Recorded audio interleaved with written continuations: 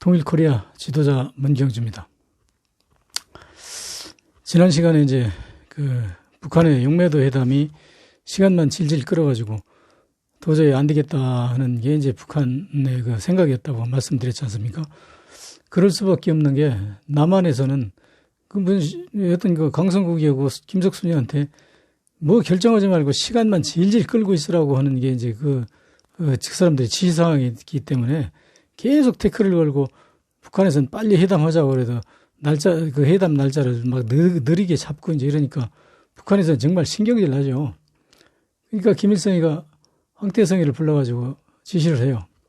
야, 이거 쟤들 연관급 수가 회담 가지고는 안 될 것 같으니까 네가 그 남조선에 내려가라. 비밀 특사 자격으로 내려가서 박정희를 직접 만나가지고 담판을 짜라.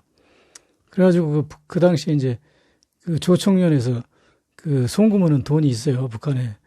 그래서 그 조총련에서 들어오는 돈을 20만 불을 떼어가지고 황태성이를 줬어요. 이거 가지고 그 박정희가 지금 정권 잡고 정권 기반을 하려면 남한은 자본주의 사회 아니냐. 그러니까 돈이 없으면 뭐가 되지도 않아. 그러니까 박정희가 돈이 절대적으로 필요할 거야. 그러니까 20만 불 가지고 와서 박정희를 만나가지고 다른 조건 필요 없고 우리는 그 앞으로 전쟁을 하지 말고 남북 간 그 무역 대표부를 설치하고 뭐 필요한 경우는 이제 그 상설 무슨 순회 회담도 하고 뭐 이렇게 해가지고 하여튼 평화 체제를 유지하자고 하는 쪽으로 타결을 하고 와라.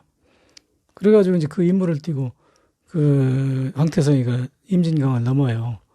넘어가지고 안내원이 이제 그 당시 북한에 자유당 때나 박정희 때나 그 휴전선이 철통까지 지킨다고 말 뿐이지 뭐 너구리 새끼들 마냥 막 맨날 들어왔다 나갔다 하니까 그건 북한에서 여기 넘어오는 건 일도 아니니까 그 북한 안내원이 이제 데리고 와가지고 황태성이를 어디냐면 저 도봉산 골짜기까지 데려와가지고 거기서 이제 황태성이를 인계하고 그놈들은 또 유유히 토로가 북한에서 온 그 안내원은. 그래서 이제 황태성이는 거기서 이제 옷 갈아입고 내려와가지고 이제 택시를 타고 서울 시내로 들어오죠. 들어가지고 그 당시 그 왕학수라고 그게 그 국가재건 최고위원회 뭐 위원인가 그러고 박정희하고 그 좀 선이 닿는 사람이 있어요. 근데 그 사람이 황태성이가 이제 젊어서 아는 사람이래. 그래가지고 그 사람이 뭐 신문사 사장이었나 그때 뭐 하여튼 그런 거였는데 그 왕학수를 찾아갔어요. 찾아가지고 내가 북한에서 그 김일성 장군의 이런 밀명을 받아가지고 박정희를 좀 만나서 이렇게 담판을 하려고 이렇게 내려왔으니 나를 좀 그 박정희하고 만날 수 있도록 당신이 좀 주선 좀 해주시오. 그러니까 왕학수가 그러냐고 그거 좋다고 내가 그 주선을 해보겠다고 그 연락처를 달라고. 내가 지금 연락처를 우선 어디로 정했냐면 저기로 정했어요. 그 중앙대학교 조교수를 하는 사람이 있는데 그 사람은 이제 나중에 그 문제 가지고 진역까지 살고 나온 사람인데 굳이 그 사람 이름을 밝힐 필요는 없을 것 같고 하여튼 조교수 그 집에 가가지고 그 조교수의 아버지하고 황태성이고 친구야. 그 조교수 아버지가 문경인가 거기서 정미소를 했어요. 그래서 돈이 꽤 많은 사람이라 그 아버지는 진짜로 독립자금도 내고 이런 사람이기 때문에 그리고 황태성이가 독립운동한다고 그 돈도 좀 얻어 쓰고 그랬나 봐. 그래서 이제 그런 관계이기 때문에 그 사람한테 가서 얘기를 하니까 자기 아버지하고 얘기를 하니까 어렸을 때 이제 봤을 거 아니야, 황태성이. 그러니까 알았다고. 선생님이 그런 좋은 뜻으로 왔다면 제가 적극적으로 협력하겠다고. 그래가지고 이제 그 집에서 묵으면서 그 왕학수하고 이제 선을 대가지고 그렇게 만났는데 한 며칠을 기다려도 연락이 없는 거예요. 그래서 이거 뭐가 잘 안 되는 것 같다. 그래가지고 다른 데로 이제 채널을 알아보다가 그거보다는 내가 중매해준 박상희의 부인이 누구냐면 김종필이 장모잖아요. 김종필이가 이제 박상희의 말하자면 사위지. 박정희의 조카 사위고. 그래서 구미의 장모한테 연락을 했어요. 내가 북한에서 이런 사명을 띠고 왔는데 당신이 좀 어떻게 김종필이하고 박정희를 설득해가지고 나를 좀 만나게 해주시오. 그러니까 그 여자가 이름 밝혀도 상관없고 조기분이라는 그 여자분인데 그 조기분 여사가 그냥 허겁지겁 서울로 올라가지고 김종필이고 야야 이거 큰일 났다. 황태성이가 그 북한으로 넘어갔는데 어떻게 그 사람이 와가지고 너하고 그 자네하고 그 박 대통령을 만나자고 그러는데 이 일을 어쩌면 좋냐고 그러니까 김정필이가 아이고 걱정하지 마세요. 걱정하시고 내려가 계세요. 제가 알아서 처리할게. 그래가지고 김정필이가 이제 공작을 한 게 뭐냐면 종로경찰서에다 연락해가지고 그 흑석동에 조 교수 집에 머물고 있는 그 사람을 가서 체포해 오도록 했어요. 그 체포해가지고 이제 그 종로경찰서에서 들여다 놓고 이제 문초를 하니까 나는 박 대통령이나 김종필이가 오지 않으면 절대 입을 안 열겠다고. 그래가지고 이제 입을 절대 안 여는 거예요. 이제 몸수색을 그러니까 돈이 이제 20만 불인가 나왔다고 그래요.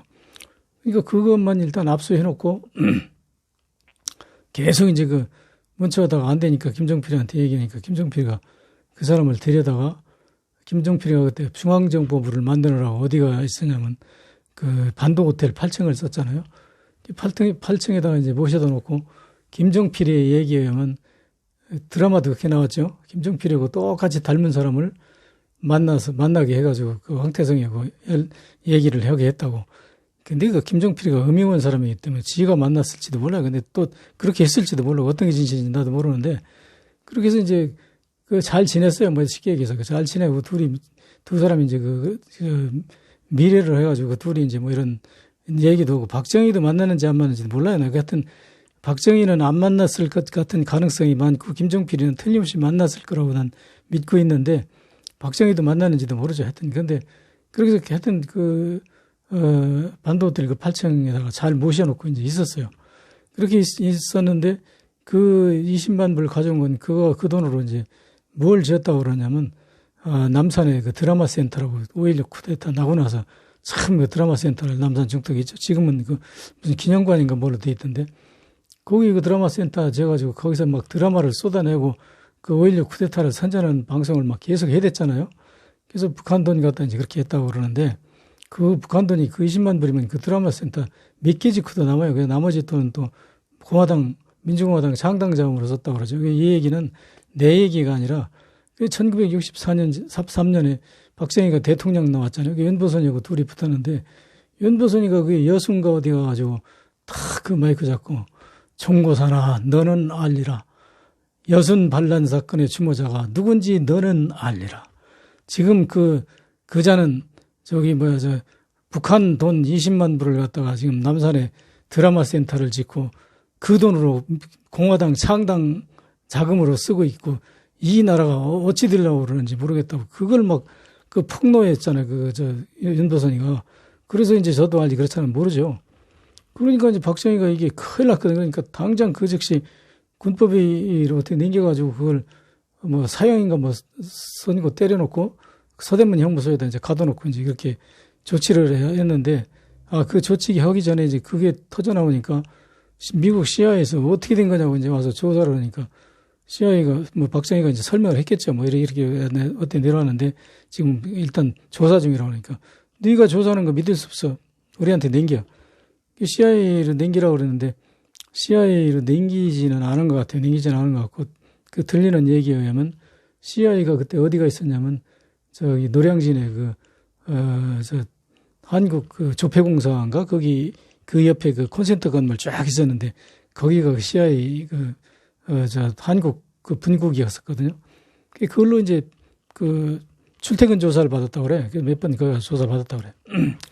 근데 하여튼 그렇게 조사받고 나서 63년인가 그때 아주 서둘러서 박정희가 한 건 아니지. 물론 그 군법 회의를 해가지고 이제 사형을 시켰는데 그 제목이 뭐냐면 월경죄야, 월경죄. 그러니까 그 월경죄가 뭐냐면 휴전선을 허가 없이 넘었다 이거예요. 그런데 그거는 생각해 보세요. 간첩 혐의로 넘은 사람들도 자수하면 다 살려주잖아요. 근데 이 사람은 자수도 아니고 그 협상 김일성 특사로 협상하러 돈까지 싸들고 이렇게 온 사람인데 그 월경죄가 사형감은 아니죠. 월경죄는 처벌은 할 수 있을지 모르지만 그렇게 따지면 여러분 지난번에 누구야 누구죠? 문재인 대통령하고 김정은이하고 판문점에서 그 휴전선 이렇게 밟고 이쪽으로 넘어갔다 이쪽으로 갔다 했잖아요. 그것도 월경죄니까 그 사형감이고 그렇게 따지면 그러니까 그 월경죄라는 건 죄도 아닌 거 가지고 이제 그 강제로 죽여버렸죠. 그 황태성이. 그러니까 그 이전에 이제 10월 24일인가 마지막 용매도 회담을 이제 하고 끝내버렸어요. 왜 끝냈냐면 그 전까지 일본이 계속 해가지고 미국하고 비밀 협상을 했거든요. 저 박정희 시켜라. 미국이 승인해라. 저 박정희 시키면 한국을 관리하는데 미국도 좋고 일본도 좋고 좋다는 지난번에 제가 그 강의를 한번 했어요. 그 내용은.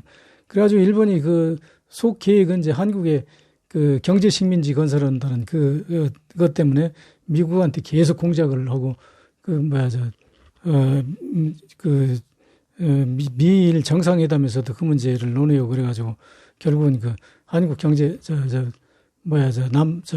한일 회담 그 성사시켜서 그 다서가는 그 친일본 제철인가 그거 여기 포항 제철을 갖다 주고 뭐 그렇게 이제 협상 끝낸 거 아닙니까? 그런데 하여튼 그렇게 해가지고 그게 이제 일본으로부터 미국이 이제 승인할 것 같다 그러니까 용매도 회담을 딱 접어버렸어. 접어버리고 이제 그다음부터는 이제 그 황태성하고 이제 채널이 옮겨온 거죠.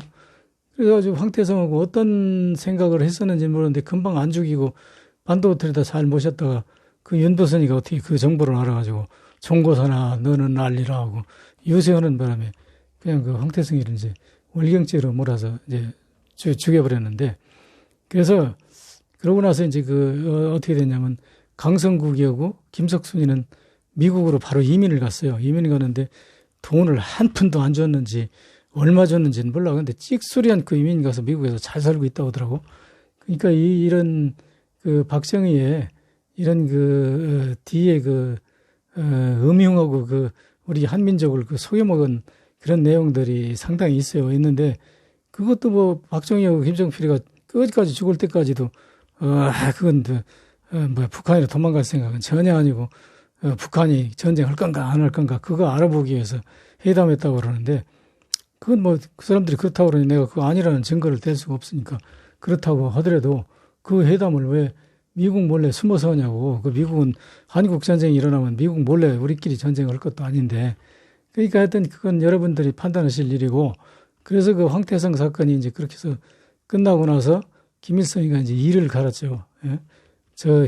박정희 저놈은 우선 김일성이 특사라는 그 신분 하나는 차치하고라도 황태성이하고 저하고 그 인간관계 또 김정필이 그 장모까지 중매한 그런 관계 이런 관계로 봐서 그것까지 죽여가면서 그렇게 하는 놈은 저게 나쁜 놈이다 아주 일을 가르는데 사실은 뭐 북한에도 김정은이가 뭐 고무부인 장성택인가 그것도 죽였다고 그러잖아요. 그러니까 이런 그 정치적인 어떤 목적을 위해서는 누구 친척 이런 게 문제가 아니죠.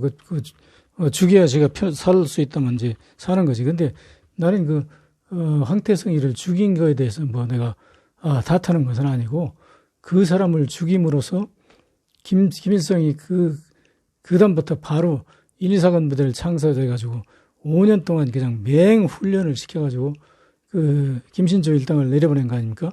그 내려보내는 과정에서요, 제가 이제 16살 먹어서부터 해안가 초소에서 총 들고 경비 섰어요. 근데 그때는 그건 군인도 아니고 아무 신분도 없어. 왜냐면 우리 시골에 병력이 없으니까 늙은 할아버지들 보고 보초스라고 할 수는 없잖아. 그러니까 해안가 우리 충남 서산 거기 개꼬랑 옆에다가 구덩이 파고 거기서 3인 1조씩 해가지고 밤새 총 내가 그때 그 사진 지금 없어가지고 내가 좀 그런 아쉬운데 밀짚 모자 쓰고요. 그때 어린 나이에 밀짚 모자 쓰고 신발도 없어가지고 게다짝 끌고 가가지고 바닷가에 가서 사격 연습해가지고 실탄하고 총 받아가지고 보초 섰는데 그때 서산 태안 그쪽으로 간첩들이 무지하게 자주 들어왔어요. 건 뜯으면 들어. 그래가지고 모래 이렇게 탁 접전하게 발작 이렇게 지워놓고 나서 이제 아침에 가서 보면 발작이 나 있으면 그게 이제 간첩이 들어온 건데 다행히 저희 지역으로는 간첩이 한 놈도 안 들어왔어요. 그래서 저도 이제 살았는데 하여튼 그런 역사의 현장에 저도 있었습니다.